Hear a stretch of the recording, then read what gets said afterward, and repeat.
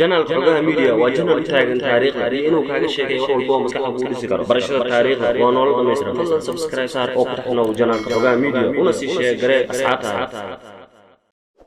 jooji walwalka iyo walbahaarka haka walwalin in alla ducadaada ku aqbali waayo xaqiiqdii alla ayaa garanaya wixii khayr kugu jiro qorshihiisa ayaana ugu wanaagsan walwalka waa waqti lumis waxba kama bedela nolosha waxa uu wareeriyaa maskaxdaada waxa uu ka xadaa farxadaada haka walwalin guul darro iyo fashil soo gaaray ku farax in aad cashar baratay waayo ragnimo ayaad heshay ogsoonow in qof kasta oo guulaysta uu soo maray guul darrooyin badan haka walwalin qof kasta qalad waa sameeyaa iska hilmaan wixii la soo dhaafay horena u sii wada noloshaada haka walwalin dharka aad xiran lahayd haddii aad doola cadayso dhar kasta qurux oo ku soo baxaysa xusuusnow 97% waxyaabaha aan ka walwalno ma ahan wax dhaca kaliya wixii ku qoran ayaa kugu dhacayo ha ka walwalin in caruurtaada ku maqli waayaan ka fakar in ay had iyo jeer ku daawadaan markasta ka taxadar waxa aad samayso iyo waxa aad ku hadlayso ha ka walwalin waxa aad awood u lahayn in aad xakamayso alle ma saarin garbahaaga culays aadan xakamayn karin dhibaatada adduunka oo dhan mas'uulka ma tihin walwalku ma joojin karo waxa xun iyo waxa dhaca waxa uu ka joojiyaa inaad ku raaxaysato wanaaga aad haysato ha ka walwalin haddii aysan dadku jeclayn adiga naftaada jeclow ay su bedelin hana iska dhigin qof aadan ahayn si dadka kale ku jeclaadaan ha ka walwalin waxa dadka kale ka yiraahdaan gadaashaada kuwaasi waa dad cilad ka raadiya qof kasta oo noloshiisa hormariya halka ay dhibaatada naftaada haysato si xilahaayeen ha ka walwalin kuwa nacaybka ka buuxo way careysan yihiin sababtoo ah runta aad ka hadlayso ayaa burburinaysa beenta ay sheegayaan oo naftooda ku faafinayaan ha ka walwalin waxa maqan iyo mustaqbalka alle ayaa garanaya wixii dhici doona xoogga saar inaad wanaajiso maanta aan waxa aad haysato ha ka walwalin haddii meesha